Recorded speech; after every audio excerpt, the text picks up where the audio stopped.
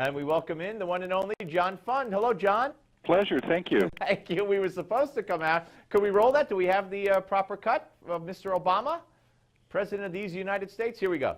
If, in fact, they continue on the current trajectory that they're on, that we are examining a whole series of steps, economic, diplomatic, that will isolate Russia and will have a negative impact on Russia's economy and its status in the world. All right, and today John Kerry, he just arrived in Paris. He was in Ukraine. And of course, you know the events as they have unfolded today. The question is, what is Germany going to do? What is the UK going to do? Where do they stand on sanctions? So I don't know that the U.S. has that kind of support. But let's talk first of all about the column that you wrote today, and that is about the Russian bear growling. Should we be surprised? Are you surprised that it's come to this at this point? I was surprised because clearly Vladimir Putin is going to pay a very high short-term price for this military intervention. The Russian stock market fell 11% on Monday. The ruble fell dramatically.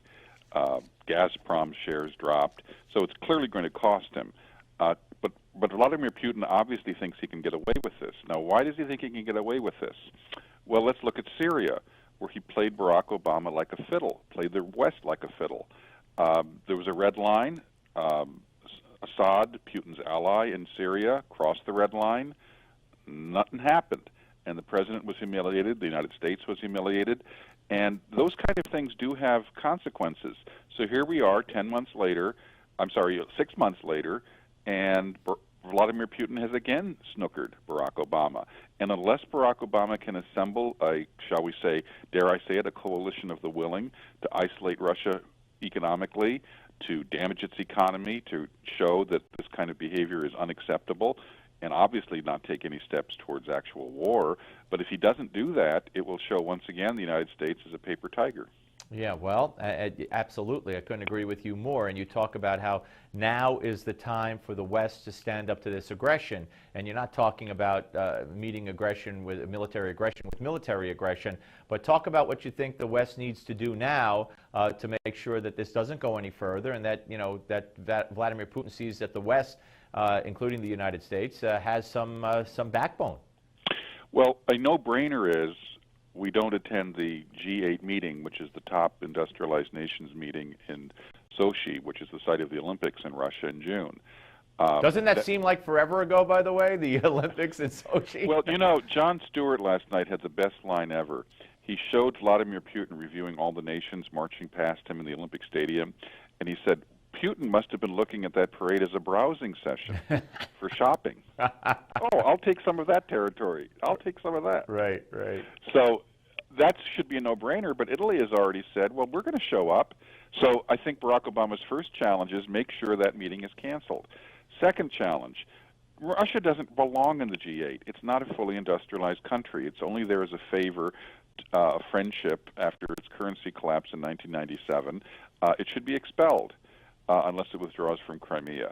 Third point, Russia's membership in the World Trade Organization should be reevaluated. The United States and Western countries should formally ask that a nation that wants to be in a trading organization should not be a nation that's also engaging in military aggression. And then, of course, there's the Magnitsky Act, which Congress passed and Obama signed reluctantly. He didn't want it, which says, well, if there are Russian officials engaged in illegal behavior, human rights abuses, they can have their property seized. They can have visa bans placed on them. They can have their accounts and overseas seized or held in limbo. And that should be extended to perhaps people who were directly involved in this military aggression. Yeah, no, absolutely. We're talking to John Fund here on the Steve Malzberg Show. Now, to say, and some have, the Security Council, of course, Russia's a permanent member, so Russia gets to veto anything that would be enacted against them. You've already talked about how Italy, for one, is saying they're going to the G8. As I alluded to at the beginning, we don't know where the UK and Germany are on sanctions and what kind of sanctions. So how does ineffective some might say feckless Barack Obama who always has to be part of the international community no matter what he's saying or what he's doing. He doesn't dare speak for anybody except, with the international community. How does he move forward? And you say he has to take the lead, or others have said that. I'm sure you're implying that. He has to make sure the G8 doesn't happen. How does he go about doing that? Well, for one thing, he has to be resolute enough that people actually believe he means what he says. The problem with anyone who was following Barack Obama in Syria is that he seemed serious all the way up until the end. Now, I must say, in Syria, I think he was going in the wrong direction. I don't think he should have bombed Syria. But having said that he was going to, having said that there was a red line, and having then said he was going to go to Congress to get authorization, which again I think he should have, then he backed down completely. He backed down because of a Russian promise that they were going to guarantee the Syrians got rid of all of their poison gas and chemical weapons stockpiles. How's that working out? Exactly what percentage of the chemical stockpiles have actually been removed from Syria? It's a whole lot less than the 100% we were promised. Well, that's all right. They never said 100%, and they never said 7 million on health care, and they never said this, and they never said that, and they never drew a red line on Syria. But so that that's all the case there. But here's another problem, John. Final question for you.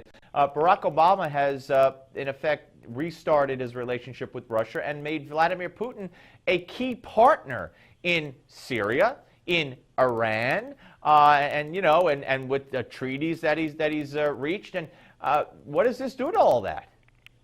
Well, for one thing, if you can't handle Russia, which is frankly not an extremely powerful economy and is in a very weak geopolitical position, guess what message that sends to the Chinese? As we know, the Chinese Navy is developing rapidly. They're building up their military strength. They are now sending out forces to try to occupy disputed islands, the Spratlys and the other islands around Taiwan. If you were a Chinese military leader and you looked at Barack Obama flailing and realized he was going to be president for another 2.5 years, what would you do? Well, you'd probably say, the risks of actually doing something and being stopped for it are really low right now. For the next 2.5 years, maybe we should take some risks. Yeah, well, it's going to be very, very interesting to see. So how far do you think Putin's going to go here? I mean, is he going to, like you said, he was hurt financially terribly yesterday with the markets, and that's certainly any other move he makes, that certainly is going to be the case over and over again. How much of that could he take, and will it deter him? Well, look, I disagree that Vladimir Putin, as some liberals say, is unstable or crazy. I think he's a very good chess player. If I were Putin and I were playing chess, I would take Crimea, wouldn't annex it, would declare it an independent republic like those portions of Georgia he seized in 2008, but I would obviously control the country indirectly, and then I would ease off as he has. He stopped sending troops to the border of the rest of Ukraine, and the world will breathe a sigh of relief saying, oh, he doesn't want any more, so there's not going to be a war. Oh, he's showing restraint, And, he doesn't want those portions of Ukraine that are Russian-speaking. After all, they're economic basket cases. They produce steel that isn't competitive on the world market. So he doesn't want those. He wants the military asset of Crimea, which is important for the housing of his Black Sea fleet.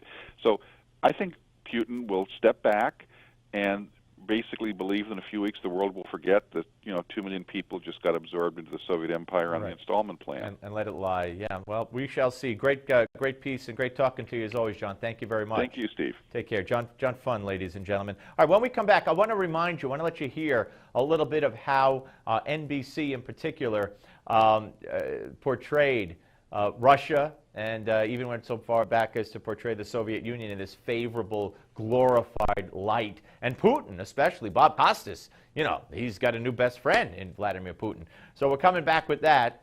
You're not going to want to miss it right here on the Steve Malzberg Show on Newsmax Television.